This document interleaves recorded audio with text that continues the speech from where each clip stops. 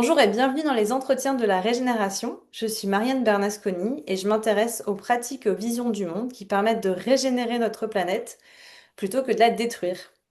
Et aujourd'hui, j'ai le plaisir de recevoir un philosophe, Jacques Deschamps, qui est aussi l'auteur d'un livre qui s'appelle Éloge de l'émeute, qui est professeur de philosophie, qui a enseigné en lycée comme professeur de philosophie et puis à l'École normale supérieure de Lyon. Dans l'éloge de l'émeute, vous parlez de l'importance quelque part de la violence. Et ça va être notre sujet aujourd'hui, puisque vous allez publier un nouveau livre euh, qui s'appelle pardon, Notre animalité perdue, vivre avec nos violences. Exactement. Donc, avant de rentrer dans le détail de cette thématique qui est la violence et qui m'interpelle, quelle est votre définition de la violence? Qu'est-ce que ça veut dire pour vous? Bah, la première chose que je dirais un peu spontanément, c'est que c'est d'abord un fait massif, un fait qui traverse absolument toute l'histoire des êtres humains, en fait toute l'histoire documentée aussi loin qu'on puisse remonter, mais c'est un fait donc euh, qui a donc une histoire, mais qui a un début. La violence telle qu'on l'entend aujourd'hui, soit sous sa forme collective, bah, celle qu'on connaît avec la guerre entre la Russie et l'Ukraine, ou je crois que l'ONU dénombre aujourd'hui plus d'une cinquantaine de cas de guerre caractérisés sur la planète. C'est donc un phénomène massif, mais aussi la violence de type social. C'est sur ce thème que j'avais écrit Éloge de l'émeute, et de façon aussi plus large, aujourd'hui on dirait sociétale, la violence en quelque sorte, la violence qualifiée de délinquante. On en a eu un exemple avec ce qui s'est passé le soir là, du match de football qui a jeté dans les rues à Paris et même en province des dizaines de milliers de personnes avec les dégâts qu'on connaît. Donc, alors, de tout ça, le point commun à toutes ces formes-là de violence, et puis, je pense, la violence faite aux femmes, la violence contre les enfants, enfin, voilà, euh, c'est que la violence est toujours la remise en cause d'un ordre établi. Fondamentalement, c'est ce qu'elle produit, que ce soit la guerre au sens classique du terme, que ce soit l'émeute, que ce soit la violence délinquante. Et d'ailleurs, les tenants de l'ordre, à chaque fois, réagissent à la violence en mettant cet aspect-là en épingle. Hein.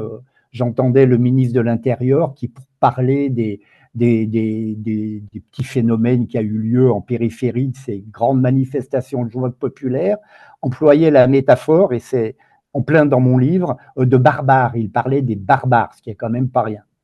Donc voilà ce que je peux dire, pointer d'entrée de jeu sur cette question de la violence. Et en vous entendant, est-ce que dans notre civilisation actuelle, alors je ne sais pas comment on peut la délimiter dans le temps, mais Ouais. est-ce que la violence est une condition nécessaire pour faire en sorte que la société aille de l'avant quelque part? Alors là, ça nous renvoie à un thème classique dans la philosophie, un peu au sens large du terme. Euh, si vous voulez, on peut admettre, pour aller vite, que les premières réflexions sur la forme la plus manifeste de violence, c'est-à-dire la guerre, elles datent du XVIe, XVIIe siècle. Et c'est pas par hasard qu'elle apparaît là, parce que c'est un siècle de transformation complète des référentiels qu'ont les êtres humains par rapport au monde, à cause du développement des sciences, à cause de la transformation économique qui est en train de se passer à cette époque, le début de la civilisation marchande, l'avènement de la bourgeoisie. Et donc, entre le XVIIe et jusqu'à nos jours, ça a été un thème récurrent. Et c'est un auteur que moi j'affectionne énormément, qui s'appelle Walter Benjamin. C'est un philosophe allemand qui a fui les nazis au moment de la prise du pouvoir par Hitler, qui s'est réfugié en France et qui a fini par se suicider tellement il était brisé.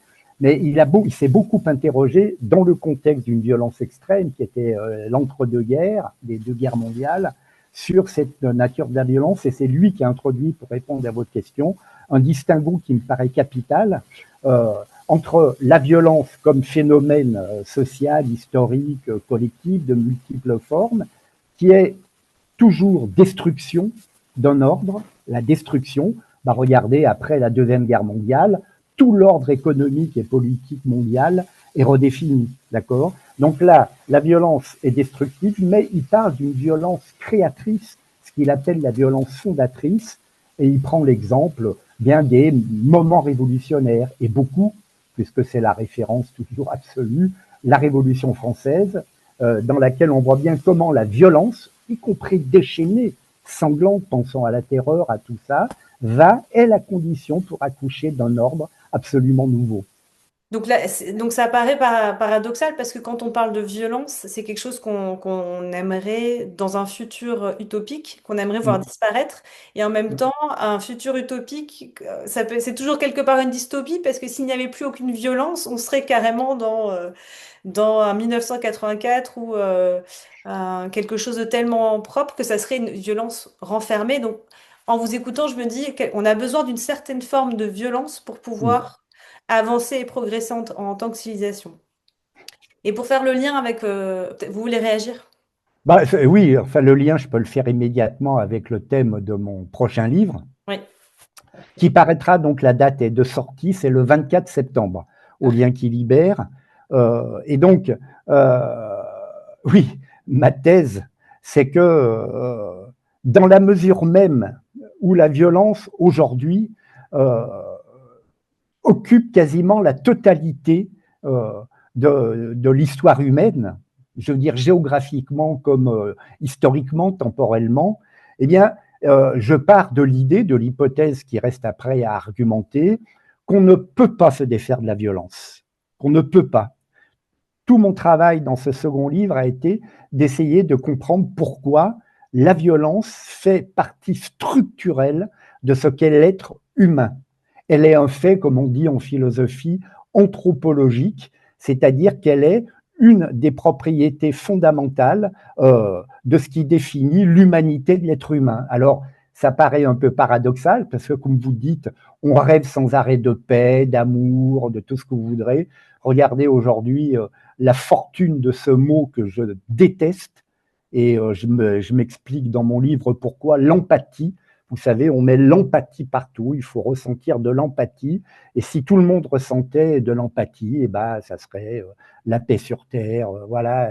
Et donc, on ne peut pas, c'est pour ça que le sous-titre de mon livre, c'est Vivre avec nos violences. Et si vous voulez, ma thèse, mais c'est pas ma thèse, enfin, je veux dire, j'ai pas inventé ça, mais disons que je pousse cette thèse jusqu'à sa limite. Euh, euh, Ma thèse, c'est que toute la civilisation, c'est-à-dire en gros, historiquement, ce qui va naître 10 siècles à peu près avant Jésus-Christ, avec l'avènement, les grandes transformations à ce moment-là, l'apparition de l'agriculture, de l'élevage, qui vont cohabiter pendant un moment avec les pratiques de chasse traditionnelles et qui vont finir par s'imposer. Donc notre civilisation commence là. Eh bien, toute cette civilisation, dans ses dimensions économiques, enfin économiques, si même économiques, culturelles, politiques, spirituelles, toute la civilisation est l'ensemble des moyens que les êtres humains collectivement mettent en œuvre pour essayer de faire, pour essayer de vivre avec leur violence, d'en limiter le plus possible les effets.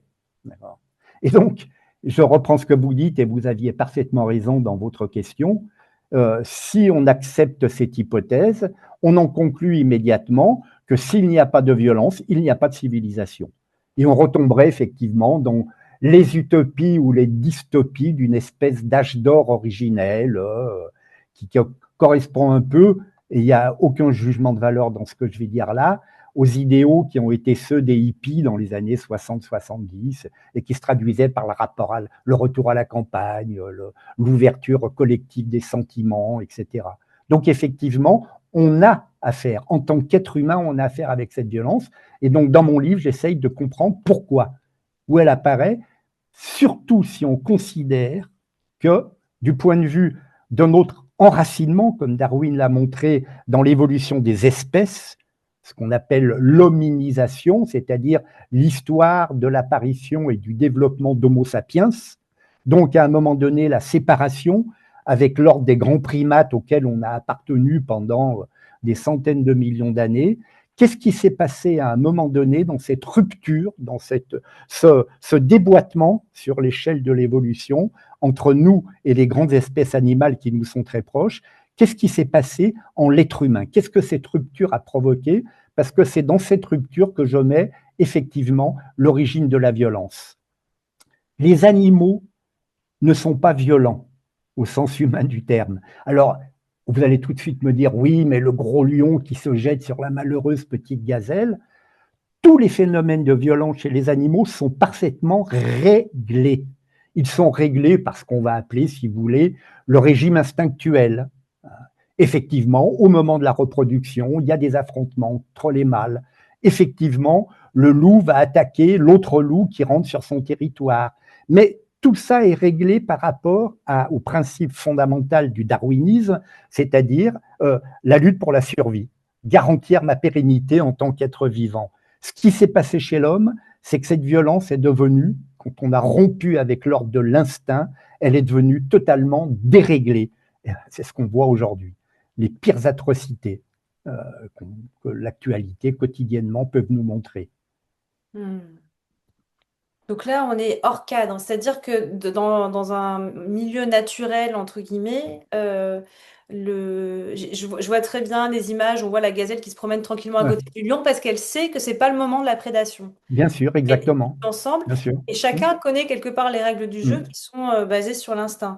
Nous, en tant qu'espèce, on a rompu avec toutes les règles du savoir-vivre naturel et Ouais, exactement. on a basculé dans une, pour reprendre le terme de barbarie, dans une forme de Mm. sauvagerie, mais pas Sauvagerie plutôt. le mauvais mot, parce que Ouais, j'ai entendu parler de ce mot de sauvage aussi, ouais. mal connoté, alors qu'aujourd'hui on parle de réensauvagement. Mm. En tout cas, on va tomber dans des excès, dans une cruauté Mm. peut-être. Quels sont les mots qu'on peut utiliser justement pour distinguer entre quand on dit l'homme est un loup pour l'homme, euh, Ouais. quand on essaie de désigner le côté cruel de la nature avec notre cruauté, quels seraient les bons mots? Mm. Bah, si vous voulez, on dira que si dans la nature, ce que vous appelez cruauté, enfin c'est la façon que nous, humains, on va avoir de vivre ça quand on voit la malheureuse et belle petite gazelle déchiquetée par la lionne, c'est nous qui disons cruauté, mais ni la gazelle ni la lionne, dans ce que les naturalistes aujourd'hui appellent la sentience, c'est-à-dire leur capacité de ressentir des émotions, ça maintenant c'est démontré, plus personne ne discute, eux ne vivent pas ça, les bestioles, comme elles peuvent ressentir de l'angoisse par rapport à la mort. Tout être vivant ressent une angoisse extrême, une terreur par rapport à la mort imminente, mais il n'y a pas ce qu'on va appeler cruauté. Ce qui caractérise par rapport à ça l'être humain, et ça c'est un peu le centre de mon livre, c'est le moment un peu difficile, enfin qui moi m'a donné du fil à retordre, euh, c'est que on est passé d'un régime instinctuel parfaitement réglé par rapport aux impératifs de la survie chez les êtres vivants à un régime pulsionnel. Nous, on n'a pas d'instinct, il n'y a quasiment pas d'instinct chez l'homme. Il peut y avoir des phénomènes de retour à l'instinct dans des situations extrêmes, mais massivement, le comportement humain est d'ordre pulsionnel au sens freudien du terme. C'est Freud qui a montré comment tout l'inconscient chez l'être humain qui détermine l'ensemble du psychisme, donc nos conduites, nos comportements, nos représentations, est régi par le jeu contradictoire des pulsions. Or, ce qui caractérise, là pour dire vite, pour aller à ce qui est essentiel, l'instinct est parfaitement réglé, la pulsion, elle est de l'ordre même du dérèglement. C'est-à-dire que le régime pulsionnel ne connaît pas de limite ni de fin dans l'exercice de la pulsion. Si vous voulez, dans le régime instinctuel, on a affaire au plaisir. C'est-à-dire que l'animal qui a mangé, il est repu, il est là, il éprouve quelque chose de l'ordre du plaisir, qui est simplement que l'homéostasie de l'organisme, toutes les fonctions retournent à un état stable. D'accord ? Or, la pulsion, elle, ne connaît pas d'homéostasie, ou quasiment pas. Elle est elle a pour but la jouissance, et la jouissance est sans limite. Je prends un exemple parce que ça peut paraître un peu tout ça spéculatif, mais c'est la faim qui va déterminer le comportement principal, la faim, la reproduction chez l'être humain, chez l'animal, d'accord ? Chez l'être humain, les nécessités de se nourrir et de se reproduire sont tout aussi importantes, tout aussi déterminantes, mais elles prennent une forme différente. Parce que on passe, si vous voulez, du simple fait de s'alimenter à ce qui est de l'ordre de la jouissance pulsionnelle, c'est-à-dire aller vers la gourmandise, aller vers les mets extrêmement élaborés, tout ce qu'on veut. Et dans le sexe, c'est encore plus spectaculaire. Lorsque la copulation est effectuée chez l'animal, en vue de la reproduction, l'état de désir s'arrête. Alors que chez l'être humain, on le sait bien, on est tous voués à cette crucifixion-là. Aussitôt satisfait, le désir recommence. Et la pulsion, c'est par exemple ce qui va nous faire passer, je sais pas moi, du petit jeu des préludes amoureux, je mordis l'oreille, on s'est fait des trucs, au sadisme, où la jouissance va être recherchée dans la souffrance. On voit bien qu'il n'y a pas de limite. L'être humain, par rapport à l'être au vivant animal, est un être profondément déréglé. Et c'est, je reprends l'idée de tout à l'heure, ce dérèglement que la culture, la civilisation a essayé de prendre en œuvre, essaye sans arrêt. C'est pas pour rien que depuis l'origine, je pense aux premiers philosophes, les Grecs, qui sont à peu près contemporains du début de la grande civilisation, pour les plus anciens, eh bien, mettaient la morale au centre de leurs préoccupations. Comment faire pour que l'être humain agisse toujours en se tenant dans un juste milieu entre les extrêmes auxquels il a affaire. L'orgueil, ce qu'ils appelaient l'hubris, le fait de se prendre pour un dieu, ou le fait de se comporter comme un animal. Il fallait trouver ce juste milieu qui était le point de l'humanité, mais ce qui est très joli dans leur élaboration, c'est que le terme grec pour parler de ce juste milieu, c'est arrêter, qui signifie la vertu, mais qui donne aussi l'idée d'arête, vous voyez, sur une montagne. Donc en fait, on est sur ce point de déséquilibre permanent, et toute la culture, toute la civilisation, encore une fois, a pour fonction de nous aider à nous tenir là. Avec comme conséquence, et puis j'arrête sur ce thème, avec pour conséquence que lorsqu'une civilisation, comme les Grecs à l'époque, la philosophie n'est pas née au moment où la civilisation grecque rayonnait, elle est née lors de l'effondrement de la civilisation. Quand les êtres humains sont renvoyés à eux-mêmes, tout seuls, pour trouver des critères d'évaluation, de jugement, de comportement, parce qu'ils ne sont plus supportés, soit par des religions, des mythologies, des grandes idéologies. On est dans cet état aujourd'hui. On est dans une civilisation qui est éminemment en crise. La culture, la civilisation, c'est ce qui est supposé nous fournir les instruments pour faire face à ce dérèglement qu'on a tous en nous, qui est structurel. On ne pourra pas fondamentalement changer la nature humaine, à moins de passer du côté des robots, de je sais pas quoi, ChatGPT, tout ce que vous voudrez qui nous remplacerait. Et donc, l'idée, c'est que pour tenir ce dérèglement, par exemple, la culture a inventé la morale, une définition de ce qui est bien, de ce qui est mal, de ce que je peux faire ou ne peux pas faire en tant qu'être humain. Mais à partir du moment où une culture est en crise, comme elle l'est aujourd'hui, d'accord, crise en plus globale pour la première fois dans l'histoire, c'est une crise systémique qui est économique, qui est sociale, qui est culturelle, qui est psychique, parce que la psyché est étroitement branchée sur l'histoire, telle qu'on la vit, eh bien aujourd'hui, les êtres humains sont complètement renvoyés à eux-mêmes. Et en plus, l'idéologie dominante, l'idéologie libérale, leur a raconté pendant des décennies que l'individu était tout puissant. Moi, l'individu, le sujet, la guerre entre les individus, la compétition, tout ce que vous voulez. Eh bien, dans cet état, on est renvoyé à quoi? Il n'y a plus ces couches culturelles qui amortissent les effets de la violence intrinsèque. Eh bien, on est renvoyé au déchaînement de la violence tout azimut. Il n'y a pas à s'étonner qu'à la moindre occasion, les jeunes gens qui subissent les pressions sociales les plus fortes en termes économiques, sociologiques, culturels, c'est-à-dire ceux des banlieues. Moi, dans mon jeune temps, c'était les blousons noirs. On disait maintenant, c'est la racaille des banlieues, comme disait Sarkozy en son temps. Il n'y a pas à s'étonner de tels déchaînements de violence. Il n'y a plus aucun recours culturel quasiment qui fonctionne pour nous permettre de nous en sortir. Alors là, pour remonter un petit peu, Ouais, sortir la tête de l'eau, donc effectivement, on voit qu'on est condamné à vivre avec nos propres violences. oui. Alors, quelles sont vos recommandations, même si une civilisation utopique basée sur la paix n'est pas atteignable et même pas souhaitable, comment est-ce qu'on peut Ouais. vivre avec ces violences et refaire ou faire société? Alors, c'est là où on retrouve la problématique qui, moi, est ce qui me motive dans le travail que je développe, ce qui me motivait déjà dans cette référence à l'émeute, où j'essayais de comprendre quel était le sens profondément humain de ces moments-là. Parce que vous vous rappelez bien ce qui se passe dès qu'il y a émeute, dès qu'il y a violence sociale. Ah, c'est les barbares, c'est les sauvages, et puis on arrête là, c'est fini. Quand la guerre éclate, on va dire ah, j'avais été extrêmement frappé. Alors je sais que le sujet est éminemment délicat aujourd'hui, mais c'est simplement au niveau du fait. Je regardais les informations lors des événements du 7 octobre, les événements en direct, et la première intervention officielle a eu lieu. Les événements se déroulaient encore, puisqu'ils ont duré près de 3 jours. C'était le ministre de l'Intérieur israélien qui parlait et qui simplement donnait les informations qu'il avait. Il était bien évidemment décomposé, il racontait des atrocités. Et à un moment donné, l'émotion a été tellement forte que ça lui a littéralement coupé le sifflet, comme on dit vulgairement.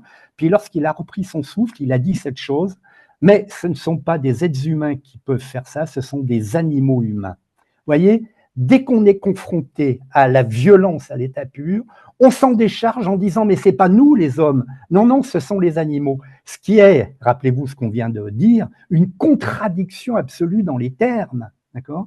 C'était Georges Bataille, un grand romancier, philosophe aussi beaucoup, hein, euh, qui disait, qu'il y avait cette phrase extraordinaire, il disait Auschwitz est le signe des hommes et non pas des barbares ou je sais pas quoi. Ce sont des hommes qui ont fait Auschwitz, euh, des hommes qui appartenaient à la culture la plus développée en Europe à l'époque de la prise du pouvoir par Hitler.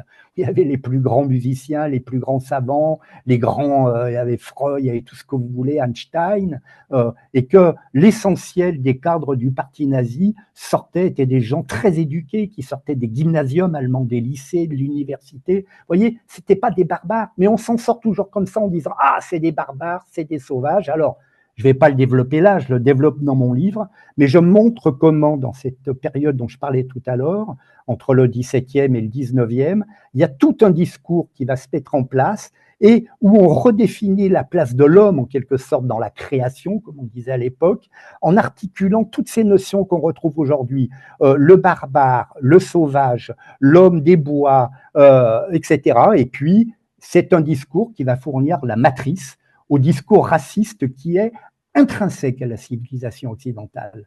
Elle s'est construite en donnant comme opposé de ce que nous sommes, nous, blancs, hein, tout ce que vous voudrez, le nègre, le sauvage, tout ce que vous voudrez, et ça continue aujourd'hui. Hein. Je veux dire que dans le rapport qu'on a avec la jeunesse des banlieues, ce paramètre ethnique, il est fondamental, fondamental. Il n'y a qu'à voir comment les pouvoirs en place utilisent hein, le danger islamique, enfin, etc.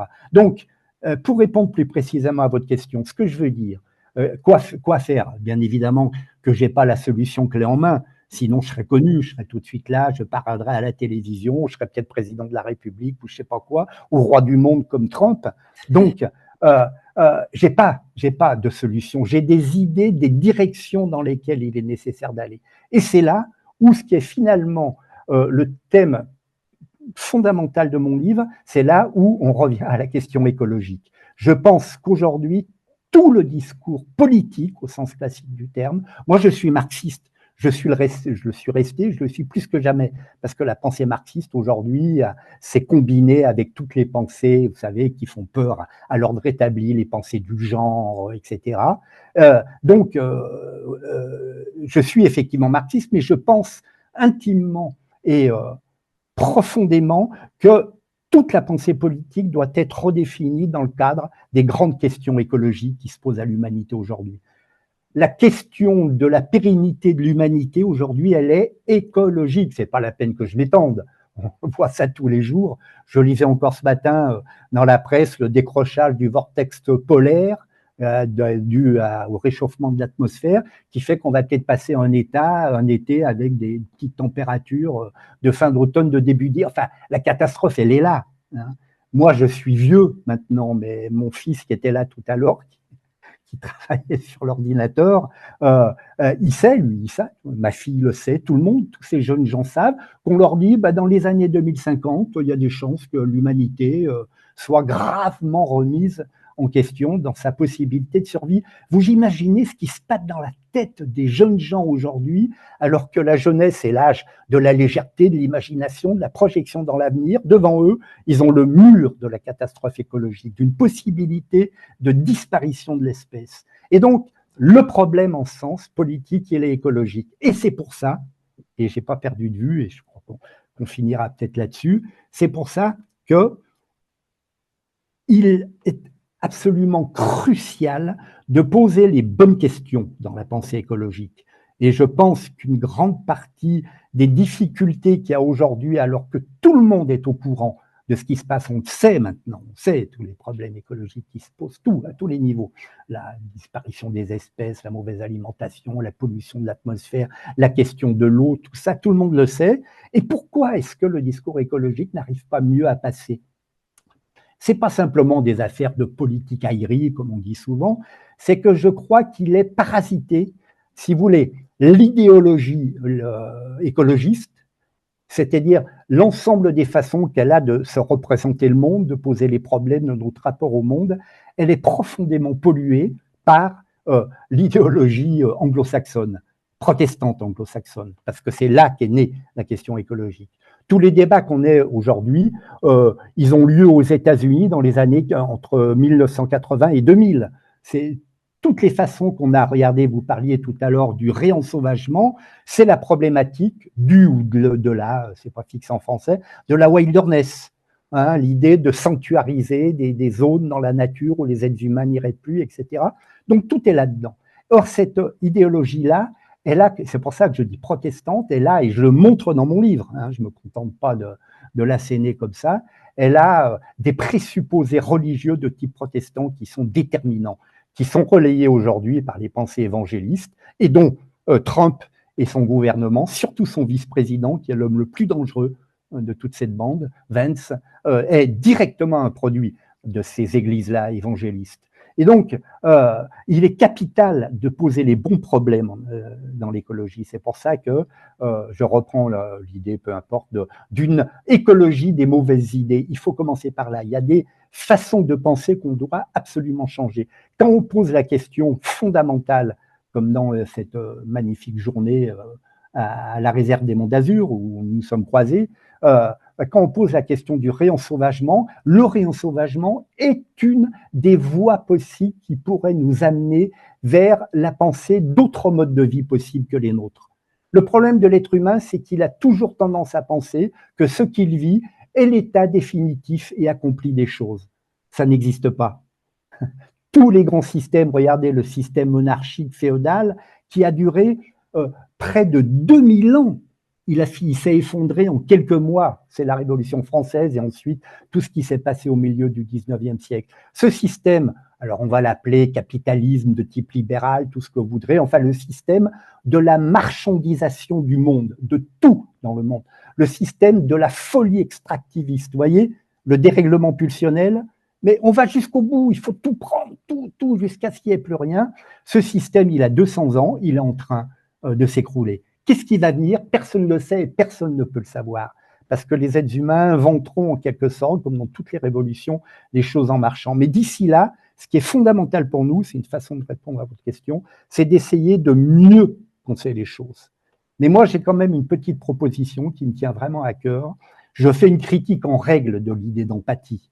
Elle est typiquement crypto-protestante, elle est typiquement, c'est vraiment le truc américain, l'empathie, alors que c'est une notion darwinienne, c'est une notion qui vient de la biologie. Et il y a une très grande biologiste américaine qui a écrit un livre fondamental là-dessus, dont je parle longuement dans mon livre. L'empathie, c'est cette conduite qu'à un moment donné, nos ancêtres Homo sapiens ont mis en œuvre parce qu'ils se sont rendus compte à un moment donné que de vivre de façon collective et sociale, comme tous les grands chasseurs. Les loups chassent en meute, d'accord, comme tous les grands primates, ceux qui nous sont les plus proches, les grands singes, les loups, tout ce que vous voudrez, sont tous des animaux collectifs, si vous voulez. Le développement de notre cerveau a été étroitement déterminé par ce passage à la vie collective. Et l'empathie était simplement le fait que pour des nécessités de survie, c'est pas moral, c'est pas religieux, c'est pas spirituel, c'est pas oh mon Dieu, il faut aimer son prochain. L'empathie était fondamentale parce qu'il fallait que je me force à comprendre l'autre, à comprendre ses réactions, ses attitudes pour qu'on puisse se régler ensemble. D'accord ?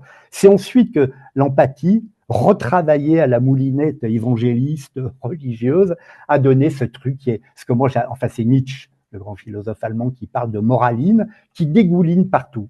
On nous dit, là où l'écologie se trompe, c'est que au niveau des idées générales, parce qu'il y a une pensée très pointue en écologie, heureusement, mais on va nous dire, regardez, chantez avec les oiseaux, prenez les arbres dans vos bras, allez écouter gémir la banquise et vous verrez, vous serez guéri, tout ira mieux. Non, bien sûr que ça fait du bien d'aller marcher dans la forêt, mais c'est pas ça qui va modifier, c'est pas ça qui va faire la révolution absolument nécessaire qui a pour finalité qu'on sorte de ce système totalement délirant et mortel pour l'humanité. Vous voyez ?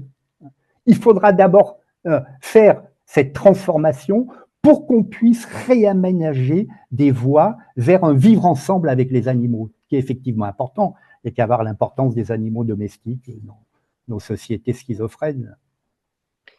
Et Alors, pour... je voulais dire une dernière chose, excusez-moi, Oui, j'insistais là, voilà, parce que dans la pratique quotidienne, si vous voulez, si on me raconte, c'est le discours de l'empathie, que pour que je tienne la porte à une personne qui vient derrière moi quand je sors de chez moi, au lieu de claquer la porte dans le nez, pour que, j'en sais rien, moi j'aide la vieille dame qui est là avec son gros truc et qui ne sait pas montrer les 3 marches, pour que si je suis en voiture, je m'arrête à un passage flouté pour laisser passer le piéton, etc., etc. S'il faut que j'aime mon prochain, alors c'est foutu. J'explique dans le livre comment une des grandes démonstrations que fait Freud, c'est la fameuse ambivalence de nos pulsions. Euh, L'amour comporte toujours une part de haine, mais les gens qui ont vécu les passions amoureuses le savent bien. C'est bien pour ça que la passion peut aller jusqu'au meurtre, d'accord, de soi-même ou de l'autre. Donc il y a cette ambivalence. Si c'est l'amour qui doit régler nos rapports avec les autres, comment on fait avec cette part de haine qu'il transporte? Toutes nos pulsions sont de cet ordre. Donc j'ai pas besoin surtout pas, j'ai pas besoin d'aimer les autres pour être, et pour moi c'est une vertu révolutionnaire, c'est une façon de faire le ménage dans vos têtes pour être poli, la politesse. Je pense qu'aujourd'hui c'est un terrain absolument fondamental d'éducation pour le monde qui est à venir, d'accord? Et vous rappelez que tous les rituels de politesse, ça c'est les grands historiens ont montré ça de façon berbérieuse, Norbert Elias qui étudie l'histoire des mœurs. Vous savez bien que les rituels de politesse, se serrer la main si on fait des arts martiaux, s'incliner, présenter sa nuque, sont des rituels qui ont à voir avec la neutralisation de la violence imminente. Je serre la main droite parce que c'est celle qui peut dégainer l'épée, d'accord? Quand je salue à terre, je mets la main droite en avant, c'est celle qui peut enfin, sortir le sabre. Je présente ma nuque. La politesse, elle est la première ressource que les êtres humains ont en quelque sorte élaborée et mise en place pour essayer de vivre ensemble le moins mal possible, compte tenu de la part de violence et de haine que tout collectif comporte en lui-même. j'aurais bien aimé vous poser une dernière petite question. Allez-y, allez-y. Est-ce Oui, oui, que allez-y. est-ce qu'on a besoin de gentillesse pour la politesse ou est-ce que la politesse se passe de gentillesse? Euh, alors ça, c'est un terme que moi, que j'aime beaucoup. Ça, je ne sais pas ce que c'est qu'être un père, je ne sais pas ce que c'est que... Mais j'ai 3 enfants, donc je crois qu'ils s'en sortent pas trop mal. Parce que il y avait 2 choses que je savais, c'est que quand on fait des enfants, on doit les aimer inconditionnellement, mais pas l'amour de l'empathie. C'est pas de l'empathie qu'on doit pour ses enfants. On doit être avec eux jusqu'au bout, quoi qu'ils fassent à la limite. Et deuxièmement, qu'on doit les rendre le plus savants possible, le plus curieux surtout, curieux, apprendre le plus possible de choses. Parce que si on les aime, ils auront confiance en eux. Et si on leur a donné le plus possible d'outils de réflexion, ils seront peut-être plus à même de surmonter les problèmes terribles qu'on leur lègue à nos enfants aujourd'hui. D'accord? Et ce que je disais toujours quand j'étais prof en lycée, bien évidemment, à Normal Sup, c'est des jeunes gens brillants, très bien élevés, donc il n'y a pas de souci. Mais mon dernier poste en lycée, c'était dans l'Essonne, dans un lycée polytechnique, avec les sections techniques, avec les bons hommes, là, bien nerveux, etc. Je leur disais, moi, je supporte absolument tout sauf la méchanceté. La méchanceté est l'expression de la bêtise la plus crasse qu'il y a dans l'être humain. Donc, par différence, la gentillesse est la seule vertu proprement humaine. Mais je crois que cette gentillesse, elle s'exprime, si vous voulez, fondamentalement du point de vue de la vie sociale. D'abord, être poli, c'est exprimer ce fond de gentillesse qu'il y a en nous. D'accord? Et qu'on éprouve dans notre rapport aux autres, quand les choses vont bien, quand on fait des rencontres, quand on va au spectacle, que des gens nous offrent des moments de compréhension, de bonheur, de beauté. Oui, bien sûr, c'est fondamental. Or, vous voyez bien ce qui se passe. C'est pas moi qui ai employé ce terme, hein. Il vient d'ailleurs d'un penseur d'origine africaine extrêmement brillant, mais la brutalisation de la société. On est dans une société d'une brutalité extrême. Le discours du pouvoir sur les gens est brutal. Quand tel président va nous expliquer ce pognon, enfin, ou peu importe, hein, droite-gauche, ce pognon de dingue pour les pauvres, mais traverse la rue, tu auras du train. Enfin, vous voyez, cette espèce de grossièreté en plus. C'était Sorel qui a beaucoup, c'était un penseur socialiste du début du XXe siècle, qui a écrit un ouvrage de référence qui s'appelle Sur la violence. Et il dit ce truc très bien. Il dit souvent une motivation que, bien évidemment, le discours officiel ne reconnaît pas dans les révolutions, dans les moments révolutionnaires. Et moi, j'agrandis ça même au moment émeutier, c'est qu'il y a une revendication de politesse derrière tout ça. On se révolte aussi contre un ordre qui nous apparaît odieux, qui rabaisse l'être humain, qui rabaisse la pensée, qui nous renvoie nous-mêmes une image absolument détestable. D'accord? Et c'est décrit, hein, c'est parfaitement décrit. Je participais à un colloque récemment sur la guerre civile, une jeune femme qui a présenté un truc très brillant sur la commune de Paris, et où elle mettait ça en exergue dans le type de rapport qui se mettait en place. Eh bien, effectivement, la gentillesse, ça pourrait être en quelque sorte l'étendard. C'est ce que moi j'opposerais à l'idée d'empathie, l'idée moralinisante d'empathie.